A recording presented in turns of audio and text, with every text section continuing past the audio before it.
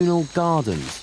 It's not any particular person's garden, it's everybody's garden, so you can just feel free to roam in and you know everybody and there's no stranger danger and you can just stroll around free, and that's nice. one of the best things growing up here. It's an idyllic Tarzan-like place to grow up and hang out. But whatever happened to teenage rebellion? I rebelled in early high school. My way of rebelling was cutting my hair short and going straight, say, wearing school uniform every day and stuff. But I tried it out for a year or two and just wasn't me, so not nearly as good. Don't you miss any luxuries that you just can't get here? Well, occasionally we'd like a little more electricity so we could plug in our amps and pump them up real loud. I am bent. 1, 2, 3, 4. The band's called the Red-Eyed Frogs, but it's not all play down on the farm. There's always some work to do. If you fancy experiencing this life firsthand, you can by becoming a woofer, a willing worker on an organic farm. You get paid with food and lodging in exchange for your labour. Over 200 farms and communities participate all over Australia. You're just regenerating the old rainforest. Yeah, bringing back the forest to what it once was. And after a hard day's funking in the forest, there's always time to get back to nature. But what about the future for the second generation? Will they follow in their parents' footsteps and build their own community? Part of the beauty of doing it is doing it from the start, making houses and stuff like that. That's pretty exciting. Yeah, I think it'd be great if everyone could live this way, but it's probably not possible. But for anyone who can try it, go for it. It's a lot of fun.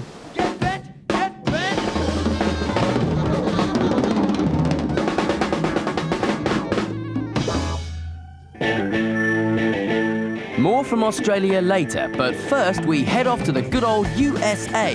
Syra from the UK is on a grueling coach tour.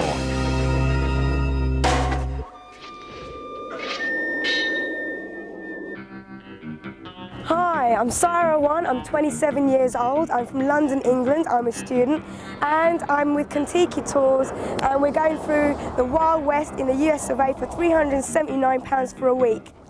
Yes! All aboard. Hey, good morning, everybody. My name is Mario.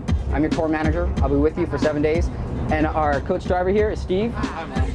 On this trip, you travel by coach. On this particular trip itself, there was 50 of us. This is the crew that always sits at the back of the bus. Hi, I'm Nikki. I'm Kelly. I'm Rebecca. Dave. One of the most important things about the tour is each other. Right off the bat, we should be promoting a family environment. The atmosphere on the coach, it's like a school trip when you were 8 years old. We're going to San Diego today. We have a great day. We're having great weather. San Diego. This is a place where people just hang out and just rollerblade to music. I mean, my mates would be really jealous. This trip is really for young people, preferably single, who are a little bit hesitant about traveling on their own. Good morning, everybody. Good morning, Mario. We're going to go down to Mexico. We'll be visiting the border town of Tijuana, Mexico. Viva Mexico, sí, señor. Just bumped into these guys, mariachi. And I think I'm going to get them to sing a song for me.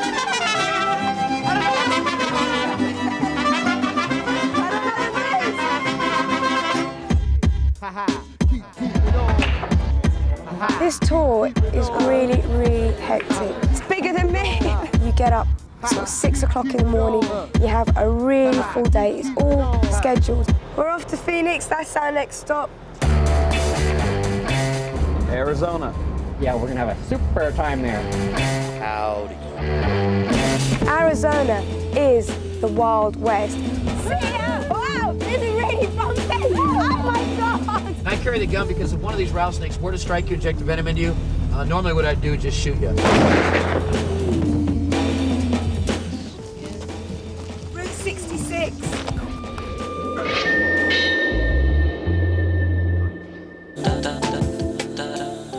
Sunset at the Grand Canyon. Amazing. Totally amazing.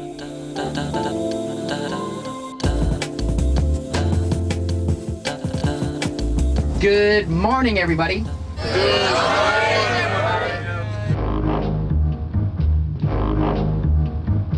Las Vegas, Nevada. You guys will love Las Vegas. I think the best way to sum up Las Vegas is it's every rich man's sort of dream and every poor man's nightmare. It's all about sex, money and drinking, basically. I've made a lot of friends here and, you know, I don't want to go back. I've just got into it. So tired. I can't keep up with this. This trip is good fun, but it's killing me. But what a great way to spend a week, though. Being in this basket in itself is amazing, but to just have a look at the landscape, the mountains, and check out all the other blues. I'm a bit skint now because I've spent all my money out in America, and so I think the best thing to do is, because I can't afford to buy any presents for anyone, take a few rocks back home. Now we're back to Australia, Sydney. It has to be said that Sydney's one of the most beautiful cities in the world. A city of love, romance, the perfect place to woo and be wooed. My girlfriend will kill me for this. But it's also a city of lonely hearts. Here it's famously difficult to meet Mr. or Mrs. Right. Unless you're gay, or even in drag. Don't forget, Sydney is the new world gay capital. So what does this mean for the straight and single Sydney Sheila? Yeah, meeting men in, like, especially Sydney's really hard because they're so self-absorbed with themselves. They're usually going out with the football, you know, the boys and drinking beer and yobos sort of attitude.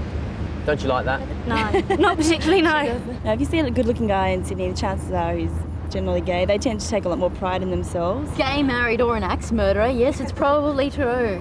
Hypnotic, erotic. Surely not. These girls are gorgeous. There must be someone, somewhere, out there for them. How would you meet a good-looking, eligible bachelor? They seem to be quite rare. I have a never-fail strategy because I work for like an alternative national radio show. So what I usually do is have a couple of bevies, walk into a pub, say, I'm from Triple J, does anybody have a demo tape? And then I usually find that there's sexual action follows. We've actually got an annual Desperate and Dateless ball that occurs in Sydney every year. What is it? Listen to the words, desperate and dateless. You could meet the man of our dreams. Well, it was probably my biggest social dilemma of the year. Should I go to the Desperate and Dateless Ball with 5,000 single straights, or should I come to the Sydney Gay and Lesbian Mardi Gras, the biggest gay fest in the world, where up to 750,000 people will be thronging these very streets? It was no competition. What competition? I might be desperate and I might be dateless, but I can be straight any other day of the year. Today is the day of Sydney's Gay and Lesbian Mardi Gras, and I've been invited to participate in this year's procession on a float made by Drag Bag, the store for the larger-than-life lady. Yeah, see what you mean. What do we see? What do we see? What do you see? Eyes. What do you He needs see? to be taller, We doesn't see he? eyes. Oh, yes. Much taller. Height. And Do we get have a ready. tape measure, please? Right here? Can I do that? Oh, do you want to do my inside leg? Oh, not bad, not bad. That's enough of that. Oh, that's painful. Very good. Tits, please. Teeny tits. They work, don't they? Teeny tits are fine. Are we getting eyes? Are we getting eyes? What about my ears? They hurt. Who cares? Who cares? You It's look drag. It's beautiful, supposed to darling. hurt. Toe, heel, toe, heel, toe, heel, toe, heel. So we have to look for our flood. Okay, where's our flot? Now the world's largest nighttime parade, it started 20 years ago as a gay rights march of just 100 people. I don't normally do this. Well, not in public anyway.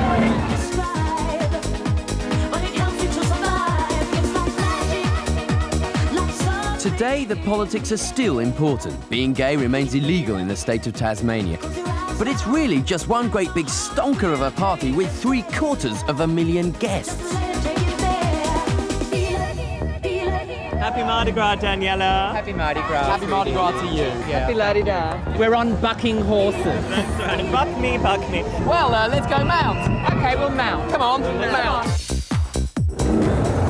With With all this madness, mayhem and general frivolity, it's ironic to note that the first march promoting gay rights 20 years ago ended in violent police clashes and mass arrests. This same march today attracts a budget of $40 million, is sponsored by huge corporations and has the largest viewing figures in Australia's year. The pink dollar is now hard currency and everybody wants to bank it.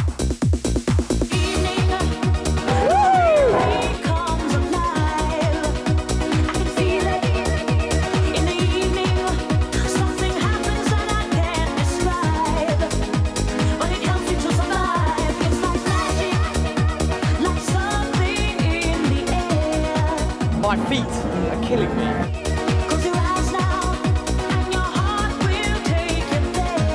Fantastic, a fitting event to summarise and encapsulate Australia's libertarian ideals. Right, I'm off to bed, I'm knackered. No, you're not. You're coming to a party with us.